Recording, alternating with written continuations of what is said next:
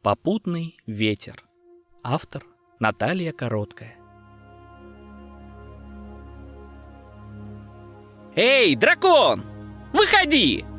Из пещеры показалась заспанная морда с помятыми большими ушами и всклокоченной белой шерстью на макушке. На рыцаря уставилось переливающееся серебром око. Оно было очень похоже на камень кошачий глаз, а вертикальный зрачок был жемчужного цвета. Именно света, а не цвета, потому что он переливался всеми оттенками серебра. Голова и шея существа была покрыта белым мехом, как и лапы с серебряными когтями, которые зверь вытянул из пещеры вперед и положил на них голову, как огромный пес в будке. Он замер и молча изучал пришельца. Только его подвижный нос двигался, принюхиваясь к человеку. «Ты кто?» — растерянно спросил рыцарь, от удивления опуская меч. «А где дракон?» «Я за него», — серьезно ответил зверь, вполне приятным, бархатистым баритоном. Рыцарь, ожидавший рыка или дикого рева, окончательно растерялся. «А где принцесса?» — снова задал рыцарь вопрос, чувствуя себя дурак дураком. «Ее нет, она ушла», — тихо промолвил зверь, не поднимая головы с лап. «Как ушла?» — поднял брови воин. «Ногами», — ехидно ответил зверь. «А где же дракон?» — тупо спросил человек. «Ну, если тебе был нужен дракон, то будем считать, что это я». Зверь откровенно забавлялся. «Так ты дракон или не дракон?» Рыцарь нахмурился, поднял меч и сделал шаг к пещере. «Дракон, дракон». Зверь сладко зевнул, демонстрируя белоснежные клыки размером с хорошие кинжалы. Он встал на передние лапы, медленно прогнул спину, с хрустом прогнулся и вытянул все тело из пещеры. И оказался покрыт белым мехом от головы до кончика длинного хвоста. Существо встряхнулось и предстало перед рыцарем во всей красе. Тело и шея его были удлиненными и подвижными. Лапы не очень длинны, но тверды. Он напоминал бы огромную куницу, если бы не морда, напоминающая собачью, и большие серебристые уши, которые задорно встали торчком, как у заправской овчарки. Хвост распушился в огромное перо. На спине встал гребень из длинной шерсти, который ушевелил налетевший ветерок. Зверь без страха смотрел на рыцаря и был удивительно красив, и не вызывал никакого опасения, хотя и возвышался над человеком на добрых 3 метра. Рыцарь отступил и снова опустил меч. «Но мне рассказывали, что драконы выглядят иначе. Они с рогами и с крыльями, покрыты чешуей, которую не пробьет ни один меч или копье, плюются негасимым огнем, ревут, как 100 буйволов, а ты...» Рыцарь, задрав голову, рассматривал зверя с большим любопытством. «А я — это я. Извини уж. Хотя, если ты думал, что я ревущий рогато-чешуйчато-крылый огнедышащий монстр, то на что ты рассчитывал, идя ко мне с этой железкой?» Дракон скептически глянул на меч рыцаря, который тот держал в руках. «Придворный маг мне сказал, что этот меч заговоренный. Он рассечет любую броню и поразит дракона в самое сердце!» Рыцарь снова поднял меч и присмотрелся к рунам на клинке. «Из проверенных источников известно, что сердца у дракона нет в известном человеческом смысле», — хмыкнул дракон, дернул ухом и уселся на землю. «А маг твой — хороший лжец и интриган, который отправил тебя на верную гибель. Все заговоренные мечи давно учтены и припрятаны мною в разных местах, недоступных человеку. Не верь словам, юноша, ничьим, пока не убедишься своими глазами в истине. Вчера ты думал, что знаешь, как выглядят драконы, А сейчас ты узрел другое. Но мир не рухнул. Просто все течет и меняется.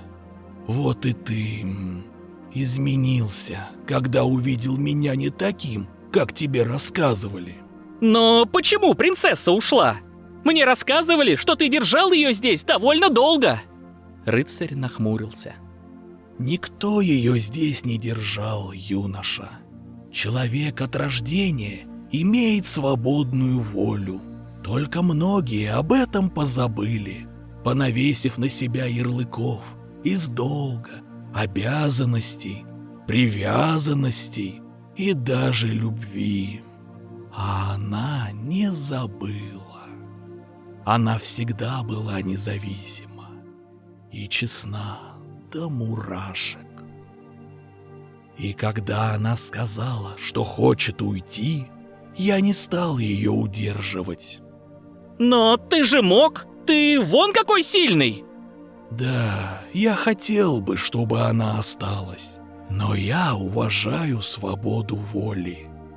Ничего не удержишь, если хочешь это удержать.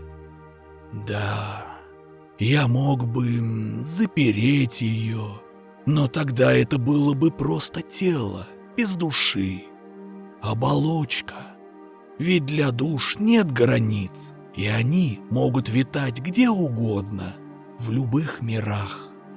А я не хочу быть ее тюремщиком. Девочка выросла, ей стало тесно в моей пещере. Стало не хватать воздуха. Меня для нее стало слишком много. Она любит огонь, любит людей, любит свободу. А мне нравится уединение. Когда она ушла, Продолжил дракон свой рассказ. я долго и много летал по миру, гонял себя до изнеможения, ел и пил всякую дрянь, чтобы засыпать без мыслей и снов. Я часто поднимался выше облаков, туда, где были одни лишь звезды, и долго молчал вместе с ними, в полном недоумении. Ни одной мысли, только прекрасные и далекие звезды. Потом я вдруг стал слышать их голоса, похожие на необычную и прекрасную музыку. Однажды я так заслушался, что мои крылья обледенели и перестали меня слушаться. И я рухнул вниз и упал на заснеженную вершину какой-то горы. Падение вышибло из меня весь воздух и силы. Не знаю, сколько я там пролежал в полузабытии. Я так замерз, что перестал чувствовать холод. Мои крылья были безнадежно сломаны. Я мог только ползти. Но, как оказалось, чтобы летать, крылья не нужны. Я это понял, когда падал с того утеса. Точнее, думал, что падаю, и надеялся на скорый конец. Но оказалось, что лечу. Ветер подхватил меня и унес домой. Сюда, в мою пещеру. Я заполз внутрь и долго лежал в темноте. Я так долго держал глаза закрытыми, что мне больше не нужно было зрения, чтобы видеть. А слух обострился до предела так, что я слышал, как крадется лис в соседнем лесу за своей добычей. Потом мои крылья отпали. Дракон поморщился. Наверное, прошло много времени. Я чувствовал, что с меня осыпается чешуя. Я терял ее, теряя годы жизни на восстановление. Я чувствовал, что меняюсь, хотя и не видел ничего.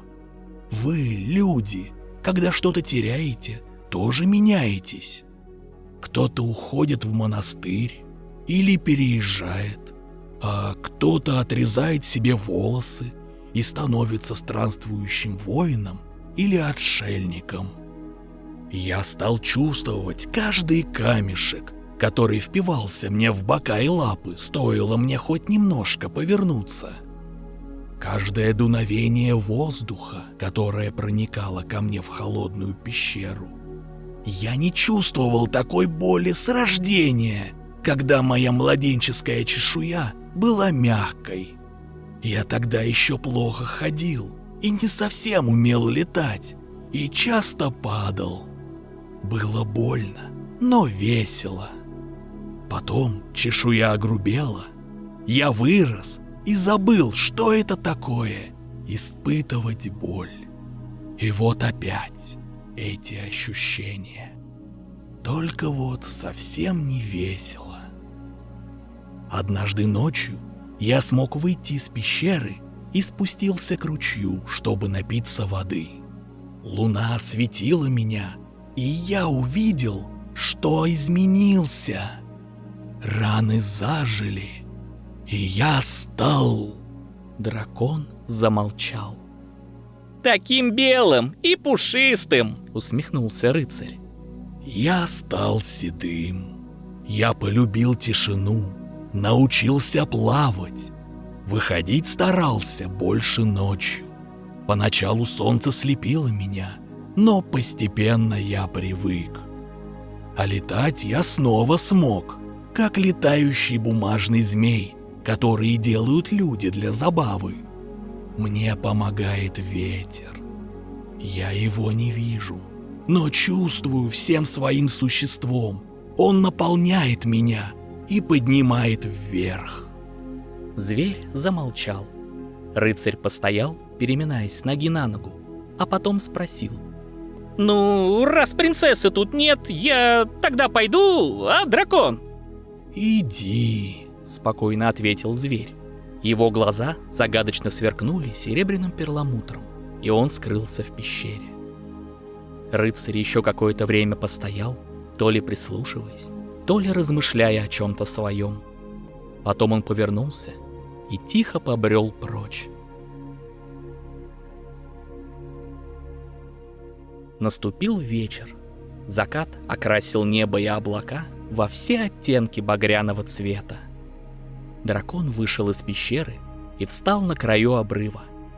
Его белоснежная шерсть перекатывалась волнами под порывами ветра.